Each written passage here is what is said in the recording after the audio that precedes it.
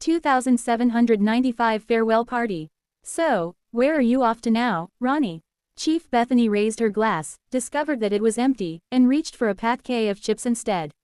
One of her subordinates instantly popped a can of synth beer open and filled her glass to the brim. Taking a big gulp, she let out a satisfied sigh and leaned back. Ah, that awful taste, the indescribable blandness, the subtle scent of industrial recyclers. That is what I've been missing. Rain smiled, taking a sip of her own beer. She had come to Bastion wanting to focus on pushing toward ascension, but before that, she had to quit her current job and say goodbye to her teammates.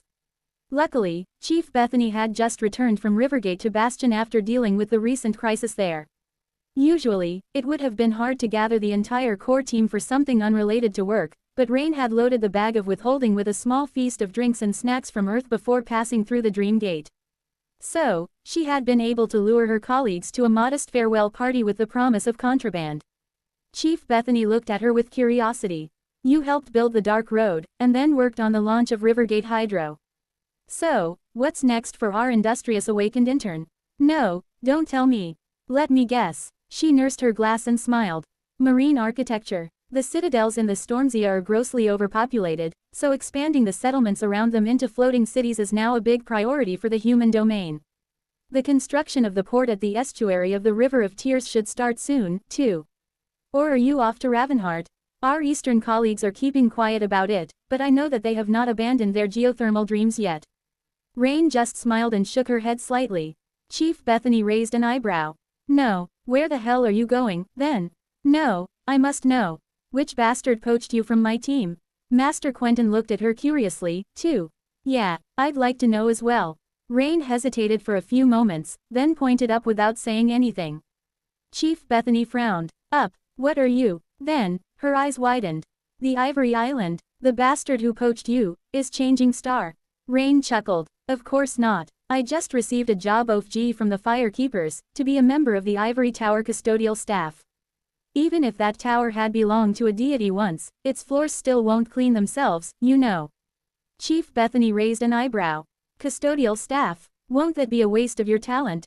Rain laughed. Thank you for thinking so highly of me. It might be true, but when else will I get the chance to study the Tower of Hope up close? I am quite interested in what we, people of Earth, are building here in Dream Realm, and how. But I am also interested in the ancient wonders that have withstood the test of time without falling into ruin. Ideally, I want to marry the two. There were a few moments of silence, and then her colleagues raised their glasses. Here, Rain smiled. She was lying, of course. She was indeed interested in the Tower of Hope, but that was not the reason for her departure for the Ivory Island. In truth, that was simply the best place for her to concentrate on becoming a master, away from all distractions and as safe as she could be. Plus, her teacher of shaping was there. You should be careful, though. Rain turned to one of the engine ERS, frowning in confusion. He lingered for a second or two, then added somberly. That changing star, she's a bit eerie, isn't she? Who knows what she'll do? Considering the rumors. Rain's frown deepened. She looked away and said in a neutral tone. You should not believe random rumors. The man bristled. I'm not some naive fool, all right. But facts are facts. She was prepared to kill an incalculable number of innocent people, and now, she rules all of us. That is not something you can ignore, that is something that will keep you up at night. Ah, damn it, just thinking about it makes my skin crawl. Rain remained silent. However, Chief Bethany spoke at that second instead. Russell, don't spoil the mood. What's gotten into you? He looked at her with a complicated expression. Am I wrong, though? What do you think, Chief? Chief Bethany remained silent for a while, then shrugged and took a sip of beer. I think that everyone is overreacting. People put Lady Neffes on the pedestal without being asked, and now, they are appalled to see she doesn't fit the pretty picture they painted in their minds. But they are all forgetting one thing. She is not really a goddess, and she is not a queen, either. She is a military commander. Rain looked at her with curiosity. A military commander? Chief Bethany nodded, then took another sip. Of course, humanity is at war, with our survival as a species at stake, so every single one of us has been conscripted to fight in the war, whether we like it or not. Lady Neffes is our commander, and commanders cannot follow the same logic ordinary people do. Sometimes, winning a war means making sacrifices. Her expression turned a little distant. I was in the Antarctic Center when the chain of nightmares started, you know. I ended up having to cross it from one end to another with a refugee caravan to get to Falcon Scott, and we only reached safety alive because of a master from the evacuation army who practically dragged us there on his back, refusing to give up. A faint smile graced her lips, but then vanished. Instead, Chief Bethany sighed heavily. Most of the refugees who had reached Falcon Scott were evacuated across the strait, but millions ended up being left behind to die. Actually, I more or less left on the last ship, and I only made it on that ship because someone else chose to stay behind. So, I am alive today because someone else was sacrificed. It would be hypocritical of me to condemn Changing Star for making difficult choices, not that I want to. She fell silent for a while, and then added in a wistful tone. Still, most of those who had been evacuated from Falcon Scott were still in East Antarctica when the Sovereigns opened the Dream Gates. Therefore, they ended up coming here, to the Dream Realm. If they all died after having survived the chain of nightmares despite everything, I would have been really pissed at Changing Star. Well, I'd be dead, but I would have died very angry. Chief Bethany smiled. So, let's raise a toast to Lady Neffes and to being alive. I won't hear any of your fools defaming her, either, bottoms up. After they finished drinking, the man who had spoken about the rumors frowned. Still, we can't just pretend that Lord Astarion. A packet of chips hit him in the face. Chief Bethany scowled. I said cut it out, Russell. Are you already drunk? That's great, then, there'll be more for me. Rain diligently refilled her glass. She felt cozy and happy in the company of these people, her former colleagues. It was a bit sad to have to say goodbye to them, especially immediately after she had said goodbye to her cohort. But, at the same time, Rain couldn't help but feel uneasy. Because Pill had been reasonable and friendly as well, at the start. I think I'm ready to go to the Ivory Tower. She felt an urgent need to become stronger. To become a master. If that was how she felt, then how much pressure did her brother feel at the moment? 2796 moving up. Eventually, Rain made it to the Ivory Island. It seemed more deserted than it had been before, which meant that most veterans of the Fire Keepers had been dispatched to somewhere else. She should have expected as much, considering what was going on in the world. The elite forces of the human domain had to be scrambling to put out multiple fires. Since there was no one around, her brother rose from the shadows and assumed his human form. She studied him carefully. Are things not going great? He smiled, but the smile did not reach his eyes. Yes, it is a bit of a mess. Rain considered everything she knew, slowly realizing that the situation was probably far more serious than she had assumed. Sunny had not told her everything, but because of the few pieces of information that he did let slip, she was able to form a few unsettling theories. However, she had never once imagined the possibility of a true calamity, until now. As far as Rain was concerned, her brother and Neffes possessed truly unimaginable power. There were profane creatures out there who could wipe them out, sure, but they were few and distant, no different from a scary legend. But now, the threat suddenly seemed close and real. She hesitated for a moment. Is there a possibility that you will lose? He chuckled, remained silent for a bit, and then shook his head. No, I don't think that our defeat, at this stage, is possible. His expression turned grim then. However, our victory might come at a price that we are not ready to pay. That is the real problem. With that, he guided her to the Ivory Tower. Sunny seemed quite busy, so he handed her off to Lady Cassia in the gateway hall and disappeared somewhere. Seeing the blind seer only made the ominous feeling in Rain's heart stronger. Lady Cassia looked like her usual self, but something about her was not quite right. Oh, her rapier. She usually wore the rapier in a sheath on her belt, but today, the sheath was nowhere to be seen. Additionally, for some reason, the familiar blue blindfold seemed to sit a little awkwardly on her face. Was Rain only imagining it, or did Lady Cassia seem a little paler than usual? Welcome. When the radiant saint smiled, Rain briefly forgot about her worries. Oh, good day, Lady Cassia.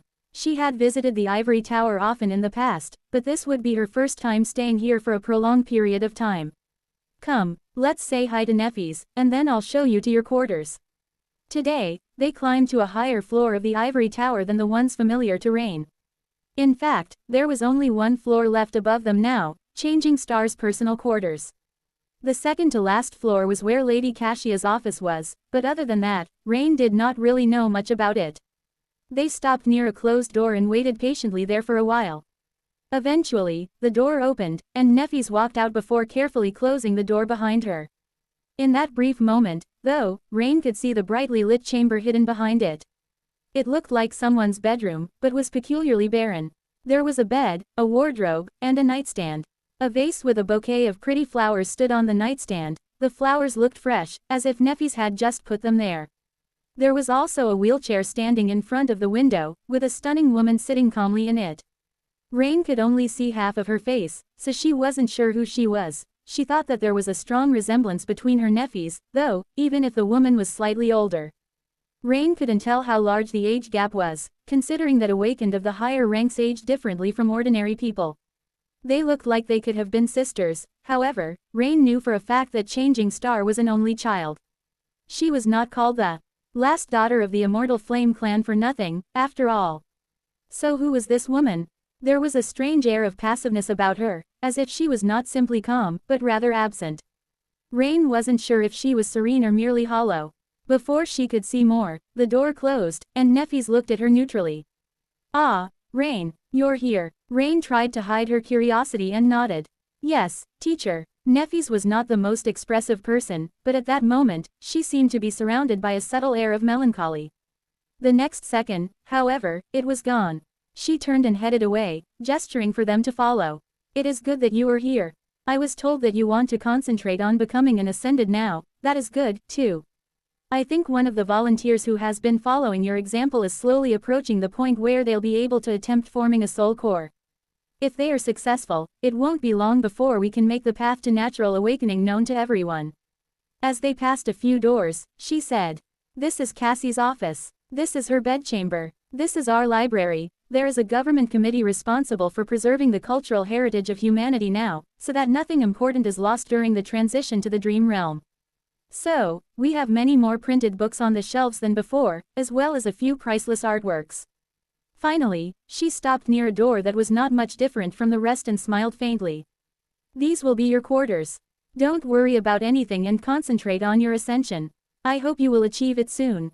Rain smiled. Soon, she wasn't sure if she would be able to ascend, let alone about the time frame of her ascension. However, it would be great if she could become a master before Tamar and the rest return from their nightmare. Simply imagining their expressions when she welcomed them back as a fellow Ascended made Rain's heavy mood lift a little. "All right, thank you, teacher." Nefis left her to settle in, while Cassie stayed behind to explain a few things about the Tower of Hope and the nuances of living here. Then, she was gone too. Rain was left alone. Her living quarters consisted of a bedroom, a bathroom, a spacious meditation room, and a chamber that looked like it had been a chapel once, but was refitted to be a closet. If she needed to train, there was also a well-equipped training room a few doors down. As far as living conditions went, this was probably the best she had ever experienced. Wow. Rain explored her quarters a little, then entered the peaceful meditation room and sat down, ready to begin working immediately. "I wonder how long it will take." She closed her eyes. When she opened them again, however, the peace was no more. The ivory tower was quaking, and there was SMOKE drifting in the air. Rain was laying on the floor, dazed, and Lady Cassia was kneeling beside her, blood dripping from beneath her blindfold. Rain, stand up. We need to move, now." Wah. Rain tried to sit up and was confused by the fact that she was not wearing the same clothes she had put on this morning. Her hair was both disheveled and visibly longer than it had been, too. Much more importantly, an incredible strength permeated her body. The flow of her essence was powerful and deep, and her essence itself seemed vastly more potent. Her control over it had become so much finer, as well, so fine, in fact, that what she had called control before seemed pitiful in comparison. How come? Was she a master, already? "Stand up, Rain." Lady Cassia pulled her to her feet. It was only then that Rain faced the window and caught a glimpse of what was happening beyond it. She froze, dumbstruck and horrified. Out there, in the blue sky, the night garden was drifting among the clouds, casting a shadow on the ivory island. Immense chains connected it to the shore of the island like boarding hooks, and something flashed brightly on its deck every few seconds or so. Every time there was a flash, the Tower of Hope quaked. That was because the night garden was firing its cannons at it. 2797 Celestial Siege. Why is Rain lost her ability to speak. The scene transpiring in front of her was simply too senseless. Why was she a master? Why was the Night Garden, a great citadel of the human domain, besieging the seat of its ruler's power? Why were the people on its deck swarming like ants, as if preparing to board an adversary vessel? Rain. It was only when Lady Cassia shouted that she regained her senses. Right, this was the age of the nightmare spell. All kinds of bizarre events were not only possible, but also bound to happen sooner or later. If one wanted to survive, they had to react first and think later. If some unfathomable eldritch horror was trying to eat you, there was no point in trying to ponder the mysteries of its nature, you simply had to avoid being eaten. That was how soldiers had survived in Godgrave, so Rain was no stranger to situations that demanded rapid action in the absence of understanding. In the grand scheme of things, there was no difference between an eldritch horror and a great citadel, so she decided to save her questions for later. Rain turned to Lady Cassia, ready to follow her, and instantly lost the composure she had just barely managed to regain. Her eyes widened in terror. It was only then that she noticed that the gorgeous saint's tunic was painted red with blood. The hilt of a dagger was protruding from just beneath her ribs, and at that moment, Lady Cassia grasped it and slowly pulled the black blade of the serpentine stiletto from her flesh with a quiet groan. That dagger. It looked familiar. Lady Cassia. She turned her head to Rain and pressed a hand to the bleeding wound. Release your epithets, Rain. Rain spent a heartbeat allowing herself to feel confused. She wanted to protest the command of the older woman. Both of the epithets she could assign had been granted to Tamar's sword. She had made sure to make them useful, but not powerful enough to drain her essence. That way, she could maintain them indefinitely, or at least until the day Tamar returned from the nightmare. Releasing the epithets would mean taking away some of her friend's strength. But then, Rain felt a peculiar incongruity in how reality was supposed to be and how it was. She could not sense the two epithets she had assigned to Tamar's sword siphoning a bit of her essence away. Instead, she felt 3 of them devouring her essence with astonishing speed. And they were assigned to Lady Cassia. Since when can I sustain 3 epithets at the same? Oh, right. Rain released the epithets, and a moment later, Lady Cassia staggered a little and let out a relieved sigh.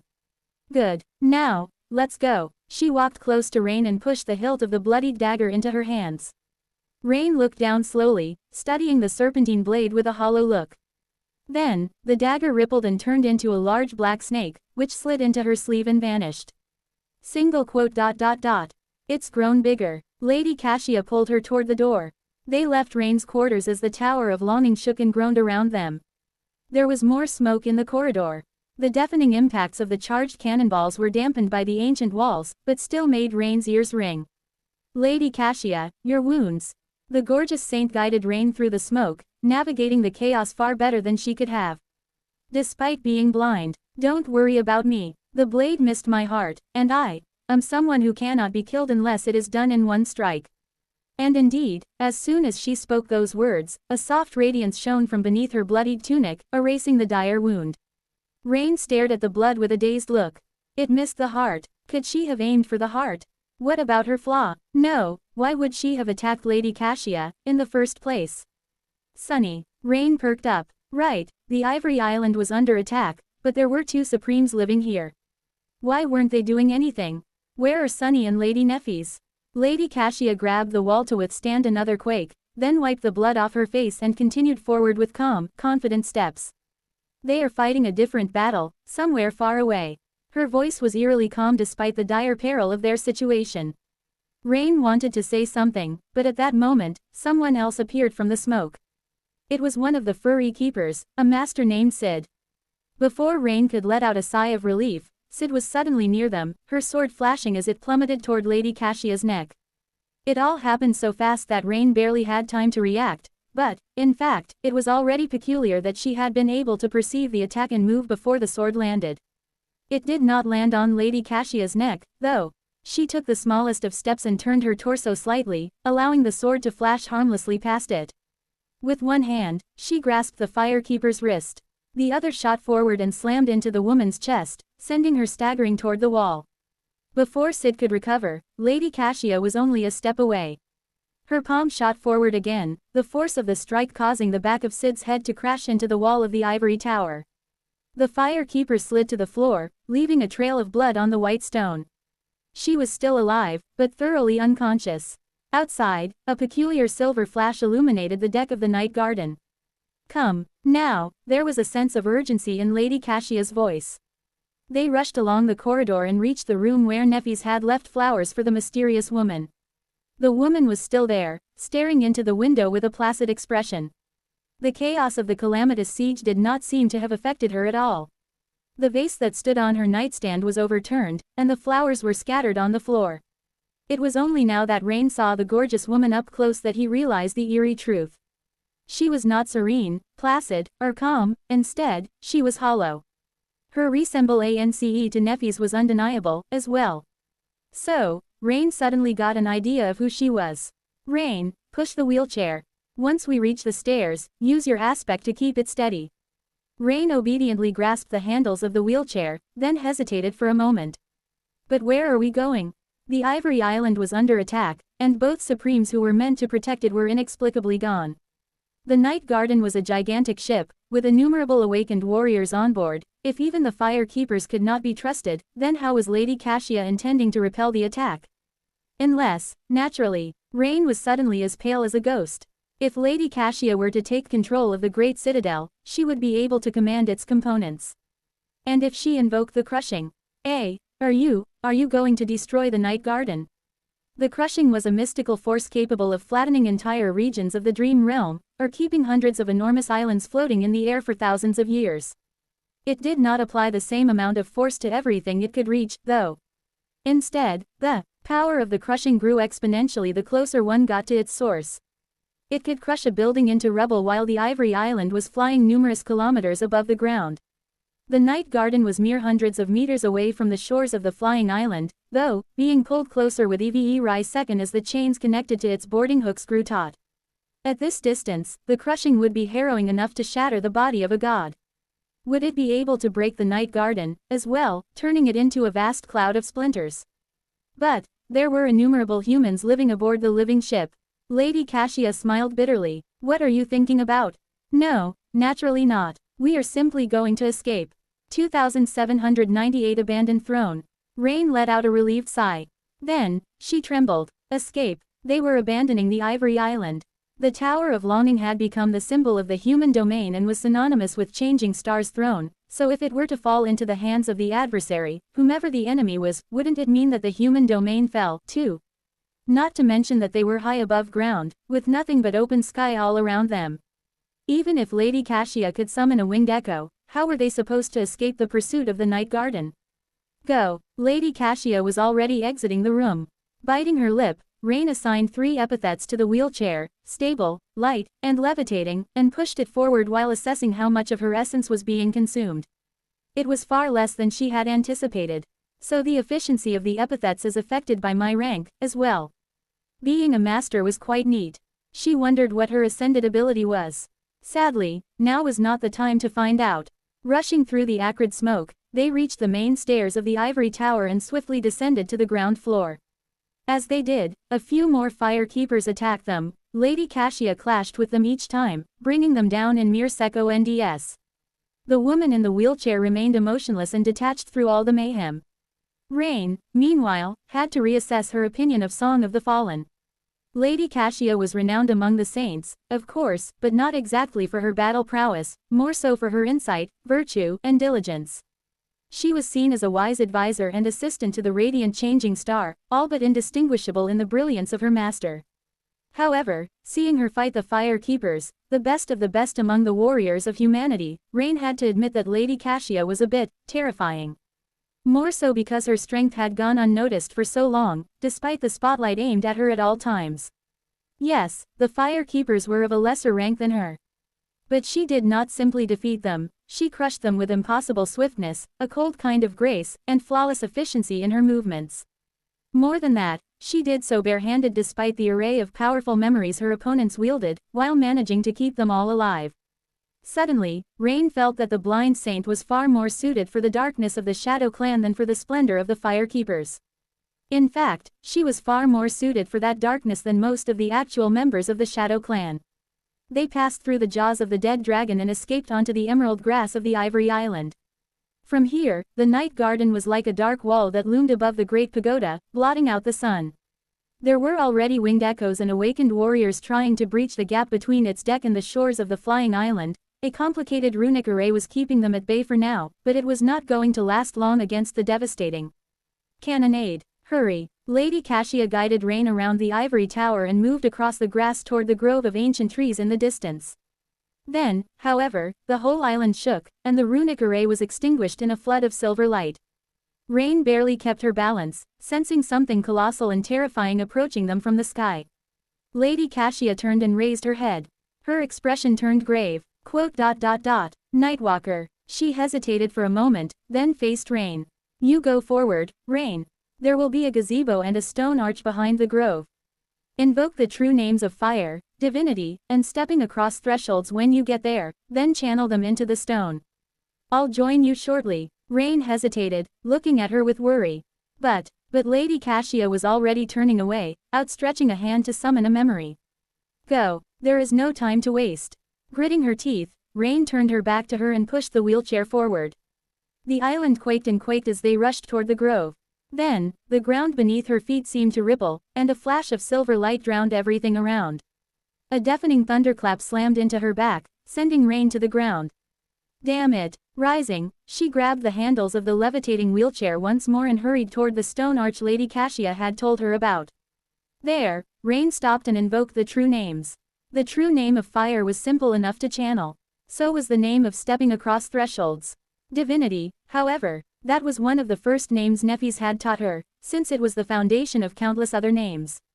It was also the opposite of the void, and therefore of corruption. However, although all Shapers had to know it, they almost never invoked it. Rather, they were incapable of invoking it, since mortals were not meant to command divinity. Nephis could channel it because of the flame of divinity burning in her soul, as well as because of her divine lineage.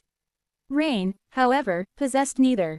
So, she had never even attempted to do the same. She had no other choice now, though. The weight of the primordial name was almost crushing. To Rain's surprise, however, she was not torn apart by it. Instead, her mark of shadows seemed to respond to the name of divinity and assisted her in channeling its radiant melody. As Rain swayed from the burden of invoking three names, the ivory arch seemed to grow a little hazy. Then, the emptiness within it was suddenly replaced by a cool darkness. It was a startling sight. Behind the arch was the blue sky, but inside it was a dark hall illuminated only by the ghostly light of an enchanted lantern. What, now? Before Rain could finish the thought, someone suddenly landed on the ground near her. Then, a delicate hand pushed her into the darkness. Rain stumbled forward, passed through the portal, and rolled on the stone floor. Turning around, she saw Lady Cassia, her bloodied garments disheveled and torn, their hems singed, pushing the wheelchair from the grass of the ivory island onto the obsidian floor of the dark hall. As soon as they passed through the portal, it was extinguished. All that was left was an ebony arch that seemed to grow from the floor. Lady Cassia exhaled heavily and fell to her knees. In the silence that followed, Rain suddenly heard the sound of unhurried footsteps approaching them from the darkness. Looking up, she saw eyes that were like two pools of mercury looking down at her. Her reflection in them looked small, weak, and frightened. Well, look what the cat dragged in. A tall man with strange mirror-like eyes was looking down at her, smiling faintly. Then, he turned to Lady Cassia, his smile turning a little sinister. Ah, if it isn't my favorite witch. Welcome to my domain, Lady Cassia. I must say, being covered in blood suits you really well.